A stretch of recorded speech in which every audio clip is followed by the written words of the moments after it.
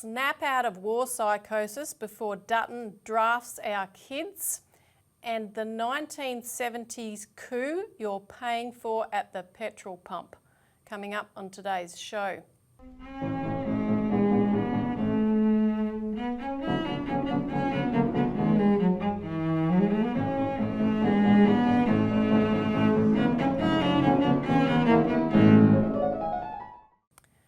Welcome to the Citizens Report for the 29th of April 2022. I'm Elisa Barwick. Joining me today is Citizens Party Research Director and Victorian Senate candidate, Robert Barwick. Welcome.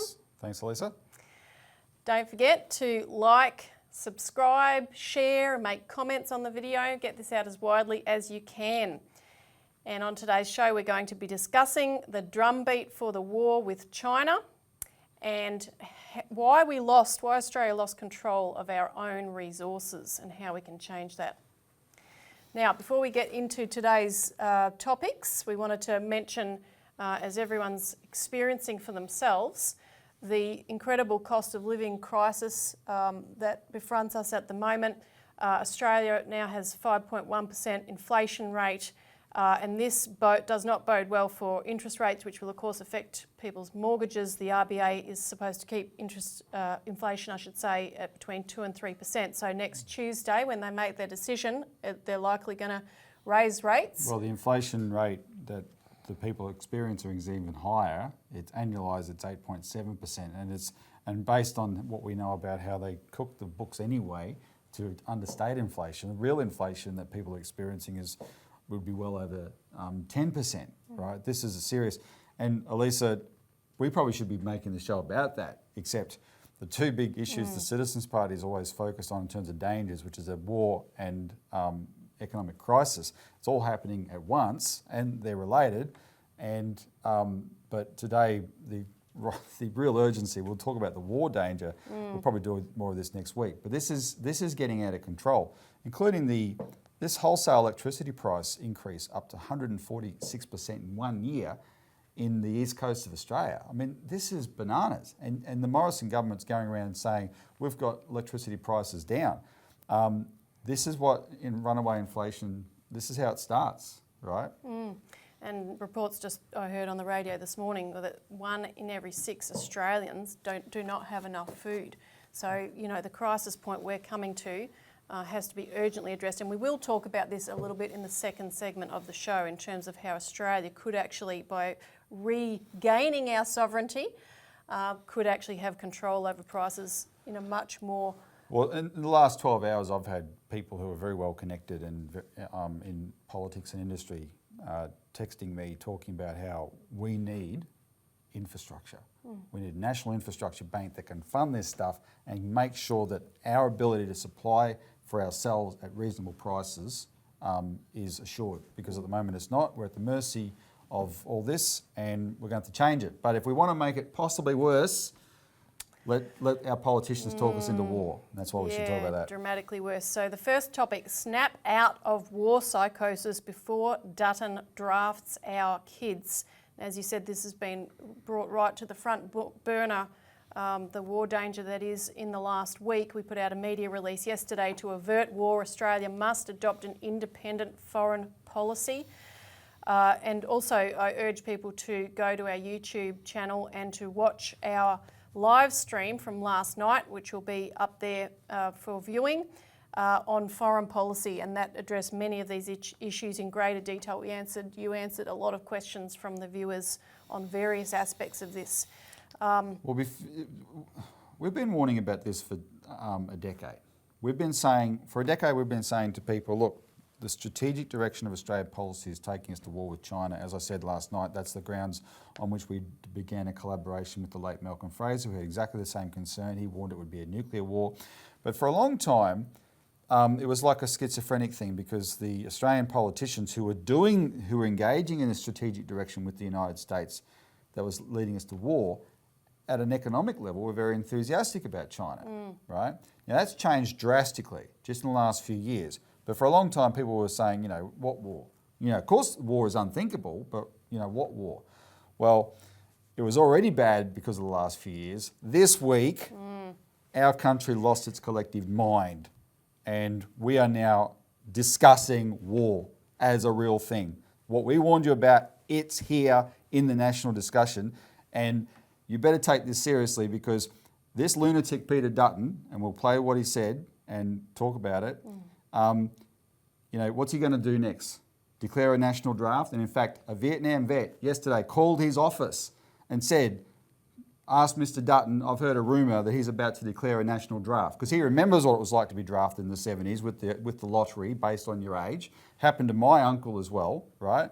It was an awful thing that was done to that generation of young Australians. But it's real. It's real. It's deadly. You're forced to go to war. It's worse. You hate mandates. That's the worst one. Do not put it past this government, this guy, the way they're talking this week. That's next on the cards. Yeah, so this came to a head this week over the supposed crisis in the Solomon Islands, because supposedly the Solomon Islands is inviting China to set up a base there, which is in fact not true. Not true at all. But Scott Morrison, the Prime Minister, called this issue a red line, and he declared, we won't be having Chinese military naval bases in our region on our doorstep.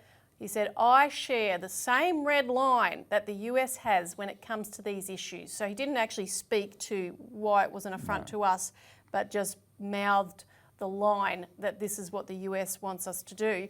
Now, just by way of backdrop, as we said, this is not a real concern whatsoever, and I'll read out the actual wording of the agreement that was signed between China and the Solomon Islands, and it merely formalises an existing ad hoc arrangement that has been in place since the riots that happened in the Solomon Islands last November, where the Chinese had to protect their people and interests there.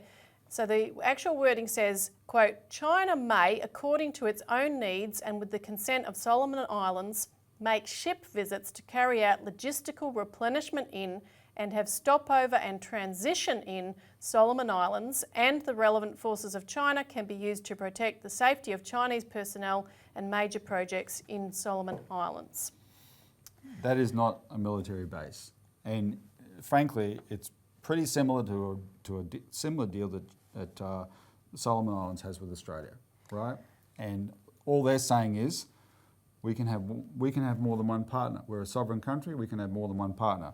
Because Australia is not a sovereign country, we don't know what that means, and we're saying, we're accusing them of all kinds of things. Yeah, we think we can dictate to them. They can be our little underling, and that we can control things, but of course in a broader geopolitical picture. And the giveaway, Elisa, before you go on to Dutton, is that what Morrison said. This is America's red line. America decides, when it comes to these matters in the Asia Pacific, what our foreign policy is. That is why I say we're not a sovereign country. He said it in his own words, right? It's always, I'm standing with the United, all the way with LBJ kind of stuff. This is America's red line. And you know what that means? By their actions in their rhetoric on the Solomon Islands, America, Australia, Peter Dutton, Penny Wong, all of them have justified Russia's red line in Ukraine. Because if we deserve to call the Solomons a red line, Russia absolutely deserved to call Ukraine a red line. And so Peter Dutton brought this up on Anzac Day, and we're going to show a clip from him where he talks about how we have to prepare for war. But he started off by talking about, that we can't rule out world war. Hitler is not consigned to history. Putin has shown, he is willing to kill women and children. Of course, he didn't mention none that. of our wars in Afghanistan, killed Libya, any women, any children. Iraq killed women and children. No, None. not millions. Never. Not in Vietnam. Never done that. Never. Not Australia. Never. When women and children and civilians die in a conflict in Ukraine, that means Putin is deliberately, personally killing them. So it's all about Russia and China, and we'll show these clips, and we'll come back to the real intent of brewing and whipping up these wars. Is a part of a geopolitical game to put China and Russia into a corner. We have to be realistic that people like Hitler and others aren't just a figment of our imagination, or that they're consigned to history.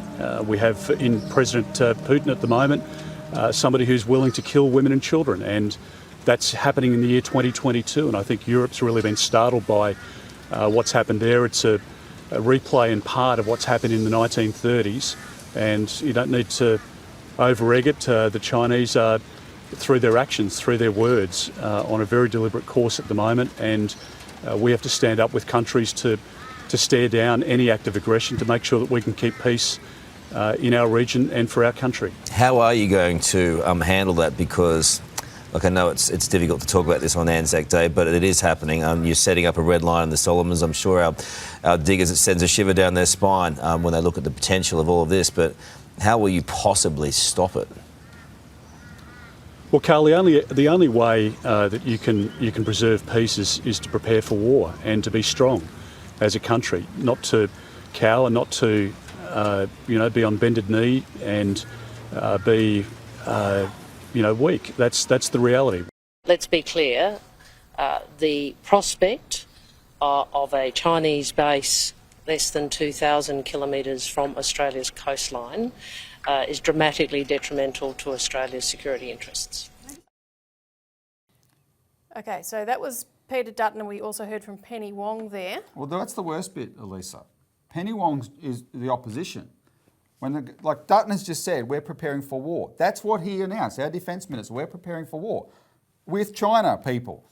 1.4 billion people in China. That's what he said, we're preparing for war. And when someone in government goes certifiable and loony, you would think the opposition would be combating that. No, this opposition, Penny Wong, the climate is so hysterical in Australia, she's trying to hype the threat even more by what that description of the Solomons is like 2,000 kilometres away. That's no strategic threat to Australia, but especially, like I said, by comparison to what Ukraine was to Russia, which they have roundly condemned. This is not the opposition trying to show different leadership on this. This is trying to hype it even more. This is nuts. Now, just take for a moment, if we were to say, all right, we have to prepare for war. How prepared are we? Well, bear in mind that politician, Peter Dutton, his boss, Scott Morrison, who I expect doesn't feel very secure as Dutton's boss. No one would feel secure as Dutton's boss. Dutton is Darth Vader without a helmet. Morrison is not the Emperor. I can tell you, Morrison would be really intimidated by Dutton. They're a Liberal government that's been in power for 7 years, right? So just let's see if their actions match their rhetoric. They're saying we've got to prepare for war. Well, let's look at the basics, people. What's our fuel reserve? We have 21 days of fuel supply in Australia. The International Energy Agency, virtually, it's strong advice to every country to have 90 days. We have 21 days. What's the excuse for that? We are a free market economy. These people want to run our economy as a free market and have given us 21 days fuel supply. It is insane. And they're the ones saying we've got to prepare for war. They refuse to lift a finger to actually get the government, we'll talk about this in the second item as well. They're so ideological. No, the government shouldn't step in and take over a section of the fuel industry to guarantee your fuel supply. No, you can't do that. The only thing they did do was buy a strategic reserve. So we do actually have what's called a strategic reserve in Australia. Where is it? It's in the United States. It's in a cave in Georgia. In an actual war, this guy, his boss, have kept us completely vulnerable through their damn ideology. They don't care about Australia's security. They are the threat to Australia's security. Manufacturing. What's the state of our manufacturing? That's how you want to defend yourself in a war? You better be able to manufacture for yourself. What's the state of it? This government said to the car industry, go on, piss off. Go on, go on. We don't want you. A car industry is the single best industry to be able to quickly retask to produce munitions. That's why Detroit was the arsenal of democracy in World War II, right? These people, ideological saboteurs of our economy, are the ones leading us to war. Sovereign military capability, and this is a little bit more complicated, but people should understand. There's a term that gets reported in the press all the time about interoperability. Everything the Australian military buys and develops has to be interoperable with the United States military. What that actually means is the United States military controls our military. We've spent 20-something billion dollars on these F-35 Joint Strike Fighters. First of all, they're lemons with wings. Second of all, in order to work, they actually have to have a backup plane that helps do all the electronics in the air with them at the same time.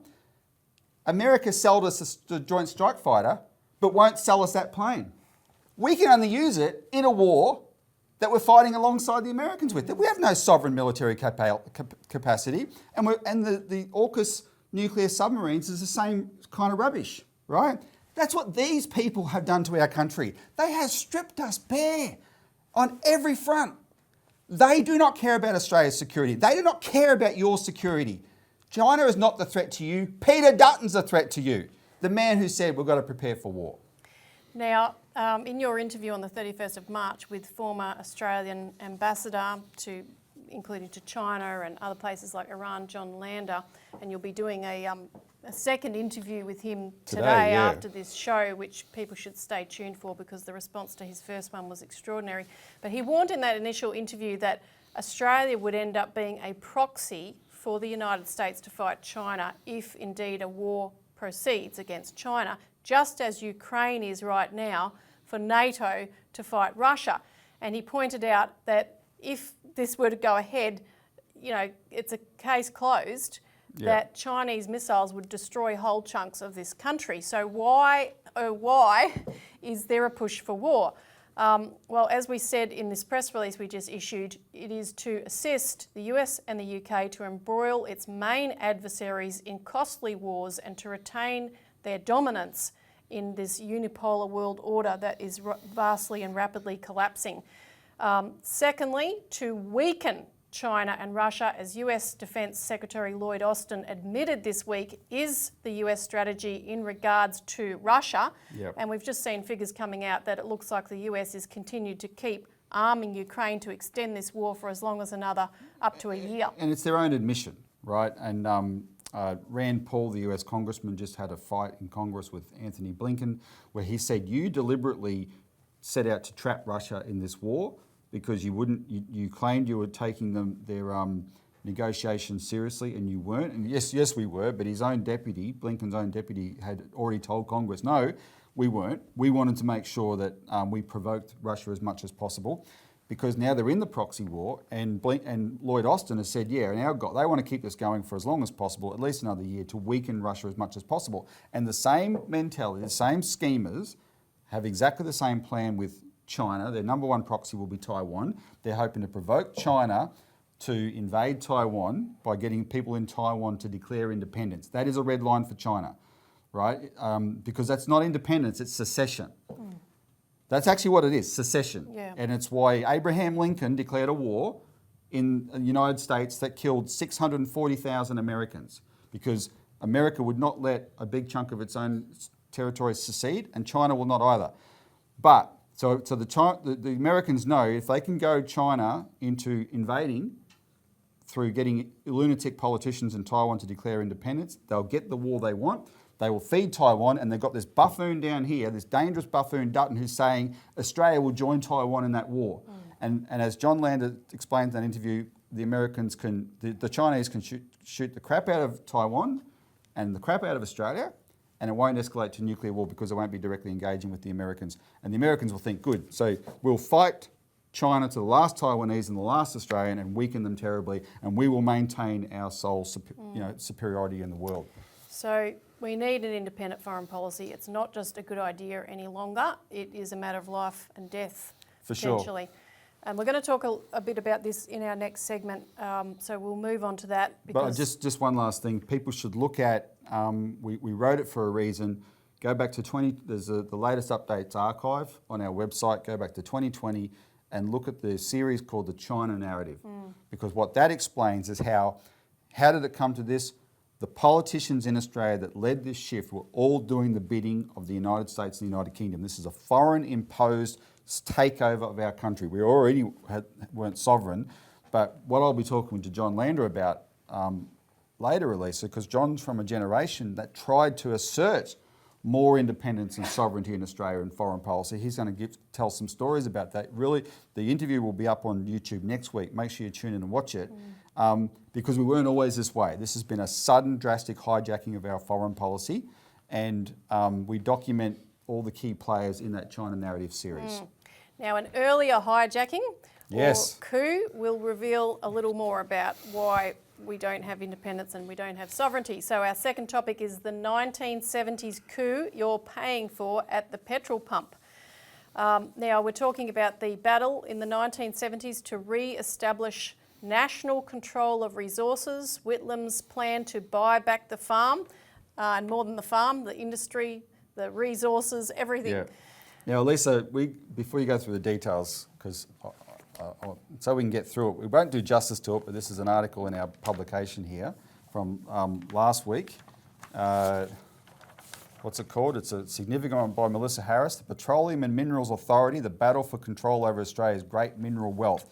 It's an excellent 4-page article, but I want to preface it by talking about what came up in our show last night. Because we were asked a question from Jeff in Tasmania about, you know, if war is a danger, shouldn't we control our own resources?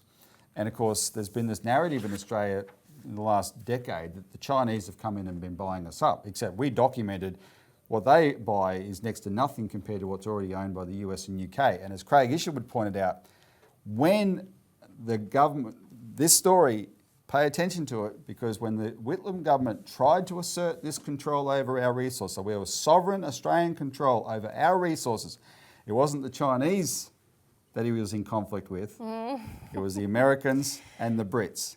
That's why this is a story about sovereignty. Yes, indeed. Now, Whitlam's head of the Department of Minerals and Energy, which was a department he created, was Rex Connor, of course. And in a 1974 speech, Connor showed the figures of foreign ownership, which was that 62% of Australia's minerals and over 70% of our crude oil and natural gas were foreign owned. Now, that seems terrible, but it's actually worse today. Worse now. But what they laid out is the plan to drastically reduce that proportion and completely nationalise 100% of uranium, crude oil, natural gas and black coal, and to transform Australia into a substantial exporter of both semi-processed and processed materials. Now, to do that, there were a number of interventions. They established a National Pipeline Authority in 1973 for construction of a transcontinental pipeline grid that could buy and sell petroleum, secure reserves and regulate gas prices. They had a Royal Commission into the petroleum industry. They regulated exports of resources and their prices. They established the Australian Industry Development Corporation was already established. That had been championed by Black Jack McEwen, but they expanded the remit of that. In 1973, and this kind of gives the flavour of it, Whitlam made a speech to the Australian Mining Industry Council. Now this guy had fortitude, let me put it that way. I'll try not to be too crude. He is giving a speech to the people who he is taking on. He's giving it to their face, right? Listen to what he said. He said, "We shall do business and we shall do it with honour, but we do not regard the rape of our resources as inevitable, and we certainly do not intend to lie back and enjoy it. We need to be satisfied that our mineral export policies and practices are in the best interests of Australia and our trading partners." And people should consider what the Whitlam government is probably the single most demonised government in Australian history. People, the leaders of it, like Whitlam himself, but Cairns and Jim Cairns, Rex Connor, these people, the media did the biggest ever number on them. But listen to what we just went through. This was a patriotic government trying to assert Australian sovereignty over our own resources. So the key agency, though, to pull that off that Whitlam created was the Petroleum and Minerals Authority, the PMA. Its purpose was to explore and develop petroleum and mineral resources and promote Australian ownership, of those resources. This agency could lend money, it could purchase or lease land, acquire investments, it could borrow from banks with a government guarantee to do all of this. Whitlam said at the 1979 inaugural Rex Connor address that the PMA, quote, this is key, would distribute its benefits to the people of Australia. And that meant all the people, not just a few thousand shareholders, he said. Yep. Now, this was all opposed by big multinationals, industry representatives, even state governments who knew that they could lose royalties, which was all they had, not unlike today. And the federal Liberal National Coalition, who also opposed it, calling it socialism. Of course they did, but in effect, this is the use of, as it often is, socialism as propaganda. They were protecting the resource companies. Now, this PMA agency actually did a hell of a lot in a year, and you can read the details in the alert service, but it only existed for less than a year because the legislation that created it was overturned by the High Court in a case that was brought by by a number of state governments on procedural grounds. And so Whitlam was intending to reintroduce the legislation once those procedural issues, which was just a way of stopping it, it was just a technicality. Yeah, it was not in breach of the Constitution at all. It was purely technical about parliamentary procedure, and this was a terrible ruling by the High Court. But the three of the judges who made that ruling were then involved in the shenanigans behind the scenes with Sir Garfield Barwick and the Governor General Sir John Kerr in giving Kerr that, like Kerr used to use him as a sounding board of, you know, what's his legal basis for sacking Whitlam. Same judges were involved in those backroom discussions with Kerr. So they were bringing the legislation back for the PMA to get it up again, but before that could take place, Whitlam had been ousted.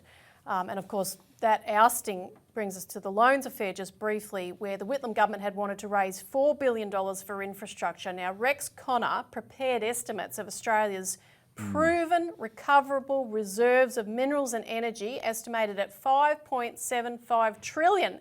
So that was pretty good security, he said. It was over $1,400 for every dollar they were borrowing.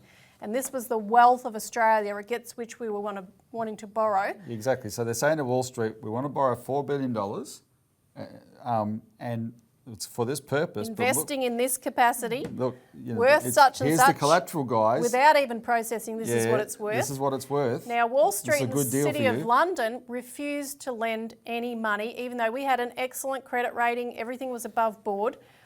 Rex Connor hit the nail on the head when he denounced the international forces that seek to enlarge further their grip on Australia's resources of minerals and energy. So in other words, they wanted to invest in Australia's resources. They wanted to own them rather than us borrowing on our own credit, on the full faith of the country, to develop them. And this led to the Whitlam government looking at loans from the Middle East and the loans affair. And of course, people like John Pilger have documented the CIA role in that. Khemlani had come highly recommended by British bankers. So there was an instigation in this affair. But also, Elisa, tragically, Jim Cairns wrote a book, Oil in Troubled Waters, about the loans affair. And he revealed in there what he later revealed to me, because I probably conducted the last ever interview with Jim Cairns before he died in 2003, and we published it in our magazine at the time. He knew Australia didn't have to borrow a cent from overseas.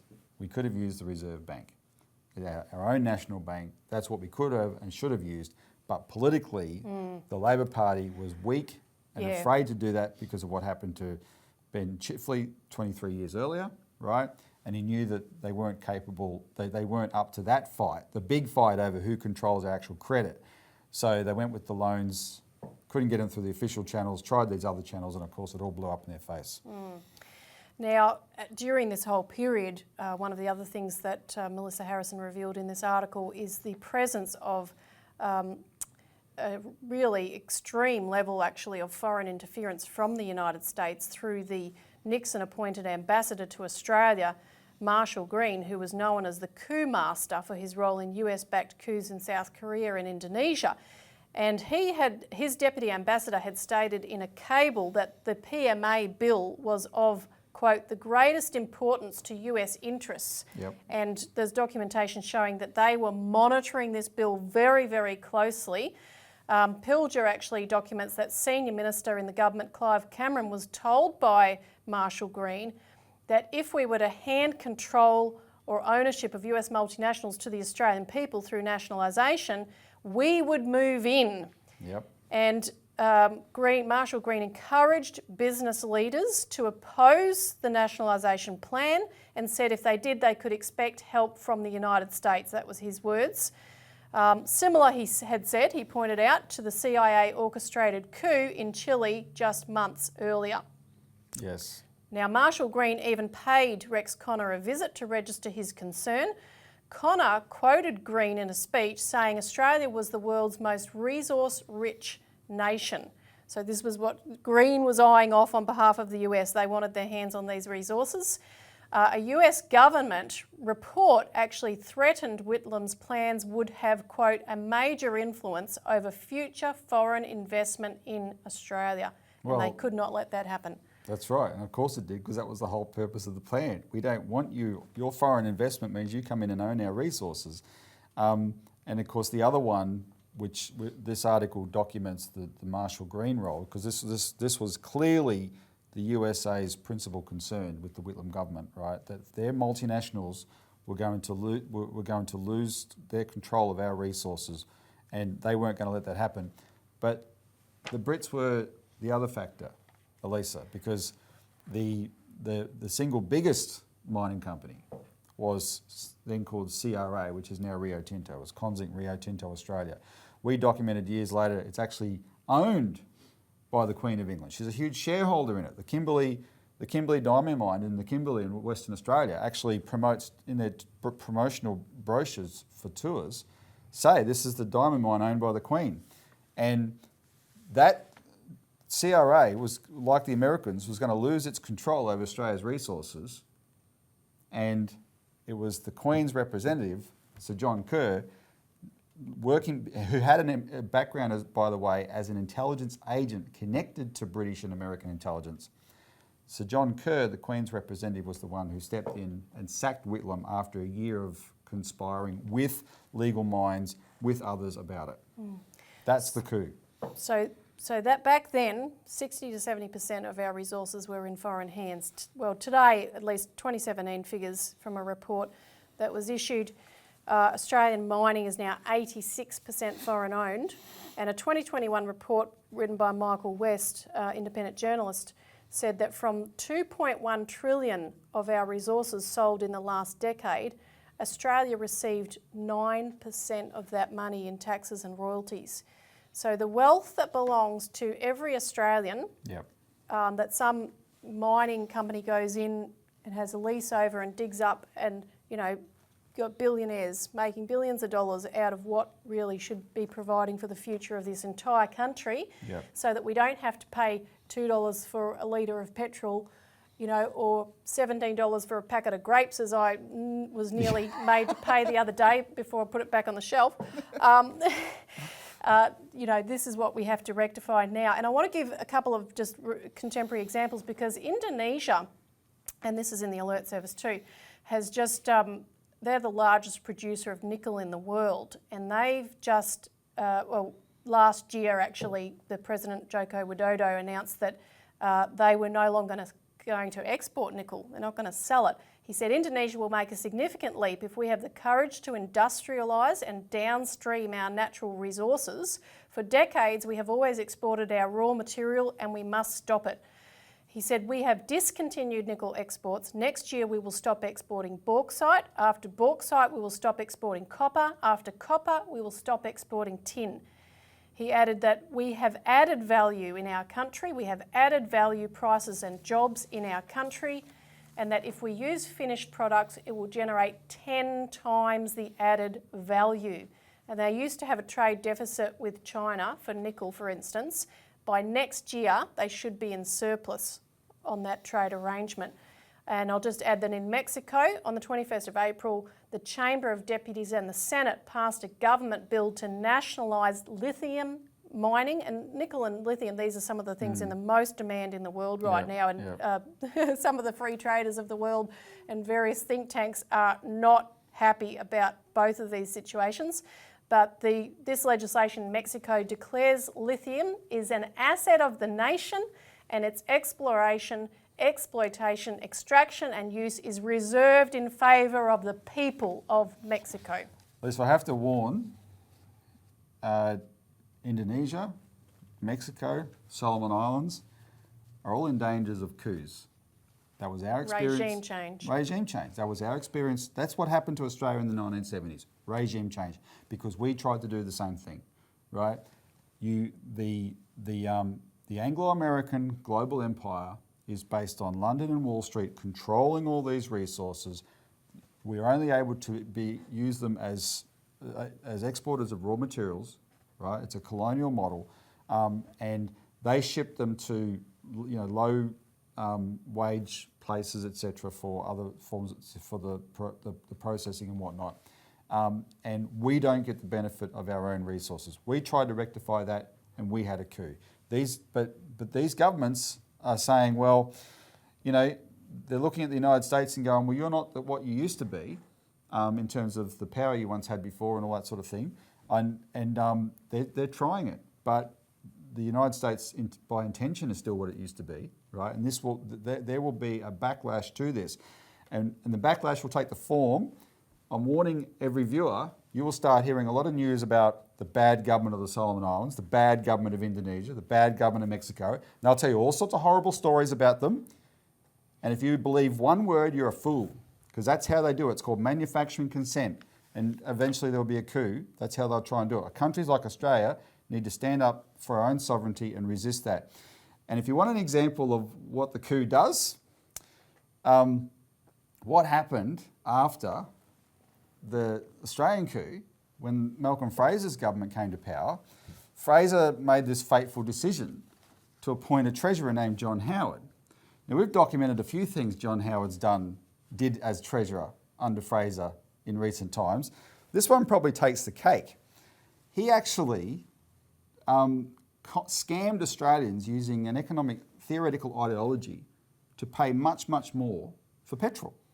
We were virtually self-sufficient in petrol at the time. The only stuff we really imported was the different types of fuels that we needed, but 70% of our fuel was produced locally in Australia, and the Australian price was based on that local market. The cost of production. The cost of production. And the maximum price in 1978 was 21 cents a litre. But countries like Italy was paying 49 cents a litre, Germany and Japan were paying 44 cents a litre, even the Brits were paying 28 cents a litre. It was much higher. And so, what's his name? John Howard, he had a two-pronged plan. One was he wanted to get more taxes for the government, and he wanted multinational mining oil companies who produced oil in Australia, like Exxon, what we now call Exxon, which was Esso, in the Bass Strait, to make more profit. So he said, Australians getting petrol too cheaply, we should be setting our petrol price at the world market price, right? And he actually then said that the amount of money that Australians collectively are paying less for oil, for petrol products than the world market price is $800 million a year. Now bear in mind, and he called that a subsidy. Yeah. Right? And a subsidy to these neoliberals is a dirty word. He said, you the Australian people, are being subsidised to the tune of $800 million a year. No, our local price was based on what it costs to pump it out of the ground in Australia, process it and put it in the petrol tank. Which was That's the free market. That was the Exactly. free market. He was creating a theory to an economic, and he said, because if we don't have this global petrol price, then the use of petrol in Australia will not be the most efficient economic use of that scarce resource. We must do it. And he used this sort of like greenie language, right? But it wasn't greenie, it was justifying it as an economic theory. Neoliberal. And the country swallowed it. They swallowed it. That was passed in the 1978 budget, right? And we artificially jacked up our petrol price, and we've been paying for it ever since. And he was able to get some tax out of it, and the multinational mining companies, oil companies, were able to make a lot more profit out of it. That's the sort of thing that, and this is John Howard. I was blown away by this story, because imagine someone actually campaigning for Australians to pay more for something. Pay more, I know. Right? But that's what he did. And the idea, in those days, more than now, because this is when neoliberalism was coming in and people worship at the altar of economic ideology. Now it's 40 years later, we can say this whole thing has been a big pile of crap. Now, You can read that whole story on the back page of this week's Australian Alert Service, so do call us for a complimentary copy if you haven't previously, or you can jump on our website. You can subscribe to get it every week. One last comment, Elisa. The reason why we're still paying for it at the petrol pump is because after what happened to Whitlam, the Labor Party never went back to old Labor policies. They towed the line on this, and they've towed the line ever since. It's the Citizens Party that is leading the fight to go back to those things that stand up for Australia's sovereignty. And that's why Jim Cairns sent me a handwritten note in about 2002, 2001. It would have been 2001, where he said, Robbie, we were called the CEC, then Citizens Electoral Council. He said the CEC are the flag bearers of old Labor today, right? It's one of the most meaningful things I ever received. Very, very wise old man, Jim Cairns.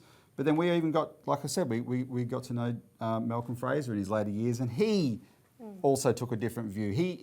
Later in life, Malcolm Fraser came to appreciate what Whitlam was trying to do, because he understood that what Australia was up against was this imperial model, which is a financial one. And he said that in a meeting to me and Craig Isherwood. He said, your party has to show everybody that this is the power up against is a corporate financial power, and it's global, right? He said, you've got more time than me, and as it happened, we did.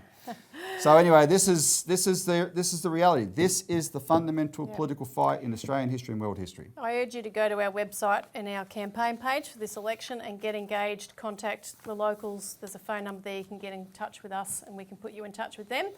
That's the show for this week. Thanks, Robbie. Thanks, Elisa. Thanks for tuning in, and see you next week.